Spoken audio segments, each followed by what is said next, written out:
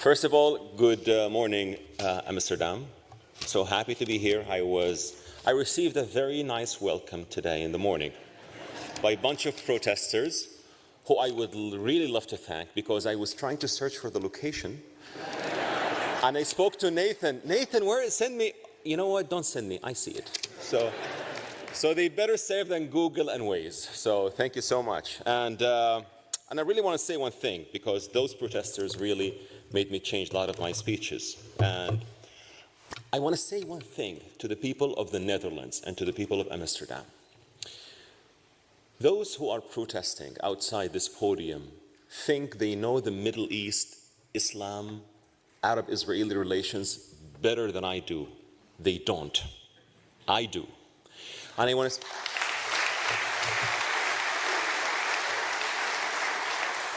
And by the way, I'm not against any protest.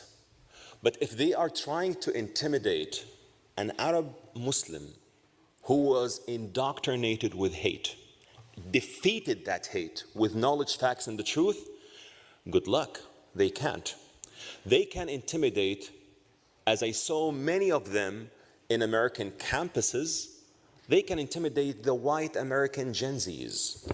They can intimidate the white Dutch who don't really know much about the Middle East, but they cannot intimidate an Arab and a Muslim who knows the Middle East so well and who believes in peace with Israel and who believes in the rights of the Palestinians, not Hamas, to live in dignity. When they shouted, "Free Palestine," I looked at them and I say, I agree with you. Free Palestine from Hamas.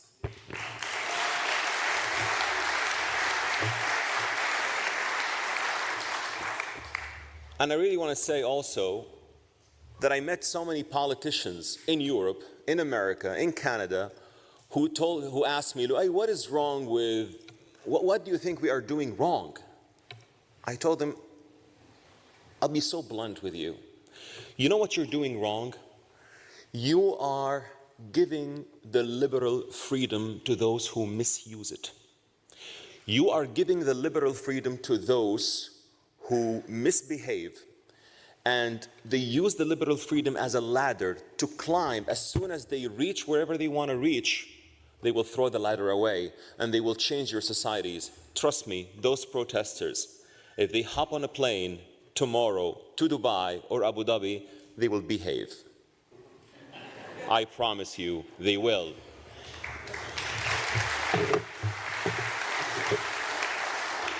And if they are willing to listen, I'd be more than happy. I spoke to many Muslim communities in London, in Europe, in the US, and I told them, I didn't leave the faith.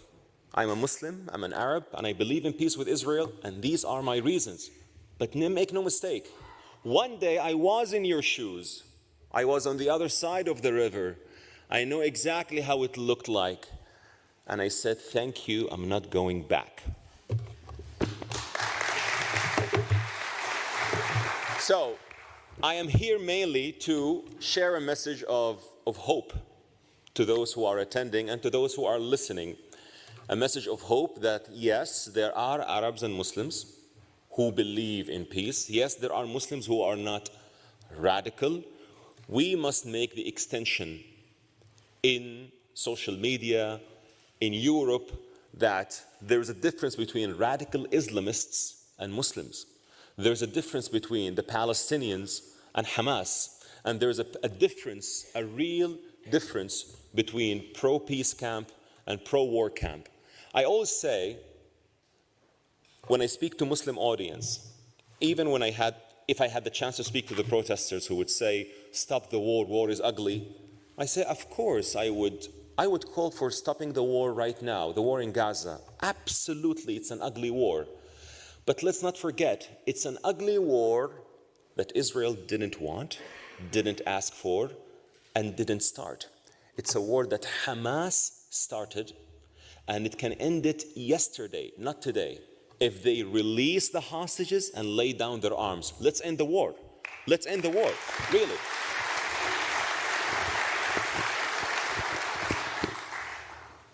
I was born and raised as a very religious Muslim. To those who outside chanted, you are a kafir, by the way. They chanted, you are a kafir. Kafir means infidel, person who doesn't believe in God. Well, I'm sorry to break the news to them, I memorized the whole Quran at the age of 17. I was a very religious Muslim. You can clap. 114 chapters, that's not easy. It's not like the Tanakh, so many books. So I memorized the Quran. I was a very religious Muslim, but my views changed when I was exposed to the Jews for the first time. For the first time, I was exposed to the Jews at the age of 27. At the age of 27, 16 years ago, in France, Paris, I learned more about Jews. I learned more about Judaism. I learned more about the commonalities that we have. And I decided to encounter the hate that I was indoctrinated with, and I put it face to face, and I had the chutzpah, or the courage, to say, this is wrong, and I want to learn the truth. And this is why many of those who hate Jews, by the way, haven't met a Jew in their life. Many of those who hate Israelis haven't met Israelis in their life. Ignorance is not a bless, as many people say, but ignorance is the greatest enemy for peace. So, I do remember that when I was a religious Muslim, I'm still a Muslim, of course, but not a mishuga, in Hebrew, a crazy extremist who hates Jews, hates Israelis, no. But as someone who really changed with knowledge, facts, and the truth, I have the keys to dismantle the hate. I do remember when I came back from Paris at that time to Saudi Arabia, I had a discussion with my mother that I met. I stayed with a Jewish family. I'm exposed now to the Jews. I want to learn more. I'm investing my time to learn Hebrew, to learn the Bible, to learn the Jewish history, and to learn. My mom, God bless her, told me, Loay, you are under a sudden fascination by this Jewish family. It will go away in 2 months. 16 years and counting. 16 years and counting. And when October 7 happened, that was the pivotal point to me to say that if you really change, you have to speak up. Why are you afraid to speak up? Did you really change? Did you really expunge the bad ideas that you had in your chest? Or are you afraid to speak up? I said, no, I did change, and I'm going to speak up. I know there's a price to pay, but I'm willing to pay the price. You know why you're willing to pay the price? Because I didn't change with emotions or just because I love Israelis or I love the Jews. No, because I really learned facts that I was indoctrinated with ignorance against those facts when I was young. Facts about Israel, facts about the Jewish people, facts about the region, facts that are the biggest hurdle for peace in our region, and I will get to tell you more about that. So, I realized many things that we were indoctrinated with, that they were wrong, and I assure you that many of those protesters outside are still indoctrinated with. Those who support Hamas in the West, I can assure you they haven't read Hamas charter. They haven't. And I spoke to many Americans, white Gen Z's Americans, in Providence, Rhode Island University, and I told them, excuse me, have you read the Hamas charter? He said, yes, I have read both charters, the watered down one in 2017 and the original one in 1988. Please show it to me. He showed me the link. He said, you haven't read it. He said, here it is, the charter. He said, you haven't read it in Arabic. If you don't speak Arabic, you don't know what the charter says about their belief of the eternal enmity against Jews, of their total destruction of Israel. And by the way, they hate even Jews who are not, how to say this, who do not believe in the state of Israel. I just read an interview by Mr. Noam Chomsky, I think his name. I'm not so sure of how to pronounce it, but he said the Houthis, when they wave a flag that says "Curse be upon the Jews," it's because they haven't met a Jew in their life. They only know the Jews from Israel because Israel identifies itself as a Jewish state. Well, this is the problem with those who don't know the Middle East. There are Jews in Yemen who did not go to Israel. There are Jews in Yemen who I met in Abu Dhabi, in Dubai, who said, we don't want to go to Israel. We are Yemenis. We didn't want to leave Yemen, but we were persecuted by the Houthis just because we are Jews. People in the West, like this gentleman, they don't understand that the real reason to hate Jews is a religious reason. A religious reason that stems from a radical extremist ideology and interpretation that we need Muslim scholars to say it is wrong and we need to move past it. But we don't have these encouraged or these courageous voices yet, unfortunately. So this is why I decided to break the cycle. Back to October 7, when October 7 happened, I said, I have to speak up. I have to speak up against Hamas, and I have to speak up against what they've done. Because Hamas on October 7, they did not break into Israel to kidnap 3-4 soldiers and release 400 Palestinian soldiers as they did in 2011 with Gilad Shalit deal. No, they went to a music festival. They killed Israelis who celebrated life. They went to kibbutzim, the settlements in the south. I went to Be'eri and I saw the horrors of what Hamas terrorists did. So when those in the West say, let's stop this ugly war, I would say absolutely. But this war cannot stop if Hamas's evil is not removed. And by the way, if it's not removed, it will come after you here in Europe, in London, in Montreal, in Canada, in the US, and also after us, the moderate Arab states as well. Israel is not fighting on its behalf. Israel is fighting on behalf of humanity.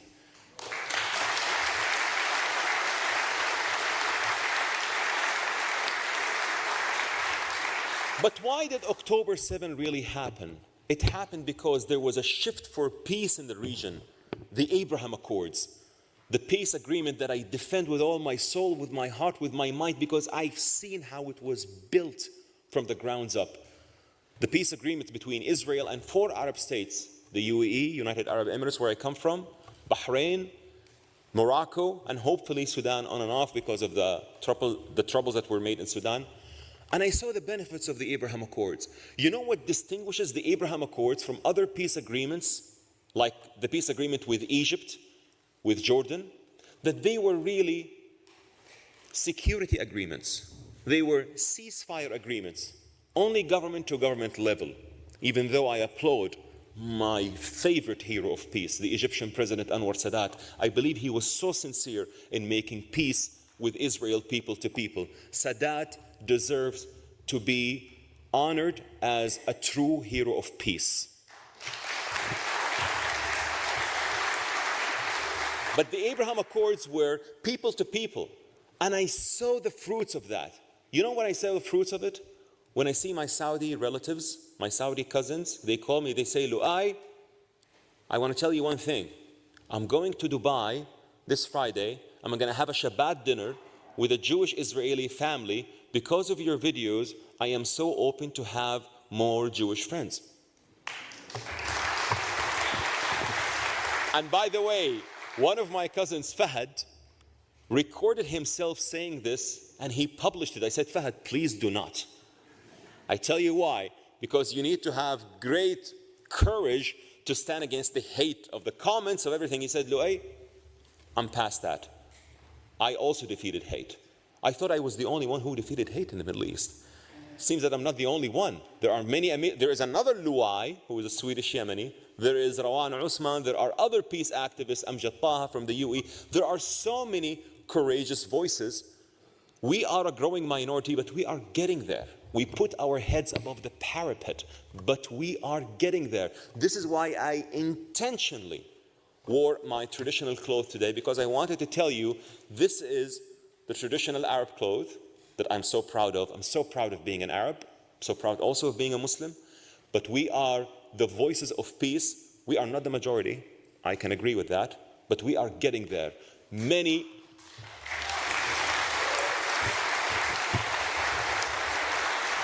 movements in history started with a minority, but they became the majority one day. And we see that the only way forward is having a prosperous Middle East, a thriving Middle East. Look at yourself with what Trump did in the past 2 days or 3 days or a week when he came to the Gulf. What were the agreements based upon? AI, high-tech, cybersecurity. The UAE reached Mars and it's concerned about reaching other planets. The UAE is concerned about artificial intelligence. The Crown Prince of Saudi Arabia, Prince Mohammed bin Salman, he is so interested in moving the country to the next level with AI, high-tech. He wants to make his nation worry more about who's building more chipsets than the other, Saudi Arabia or the UAE. Not wars, not conflicts, not anarchies. This is the new Middle East. There are two Middle Easts, the Middle East of Saudi, UAE, and moderate Arab states, and the Middle East that is, thank God, is being collapsed right now, which is called the axis of resistance. Iran, Houthis, Hezbollah, and those who did not bring prosperity to their own people, those who do not wish to, those who don't really care for the lives of their people. They are just considering their own people's losses, tactical losses. They don't care about their people. When I went to Israel for the first time, I was welcomed by a missile from the Houthis. As soon as I landed, everyone went to the shelter. I was welcomed with a missile. But you know what I noticed? That when the Israelis go to the shelter, they keep jokes and they keep fun and they amuse themselves inside the shelter. 10 minutes later, they go out, they celebrate life as nothing happened. And I said to myself, death worshippers cannot defeat people who celebrate life.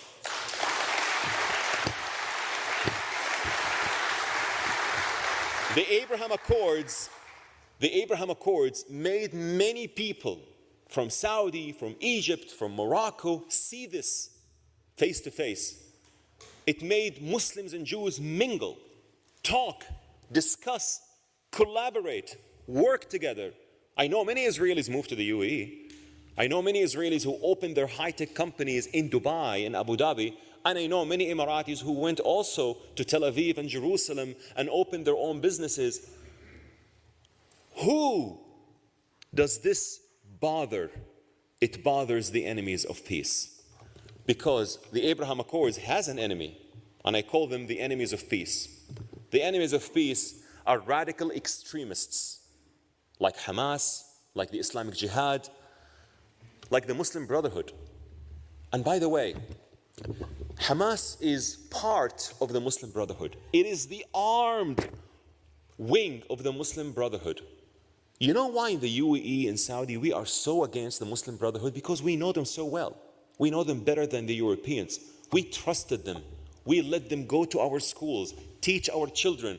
I was indoctrinated with the ideology when I was young in the religious school with the curricula of the Muslim Brotherhood. The book of في ظلال القرآن, in the shadows of the Quran by Sayyid Qutb, I memorize it. I know it so well by heart. We trusted them when we thought that they would bring good to our communities.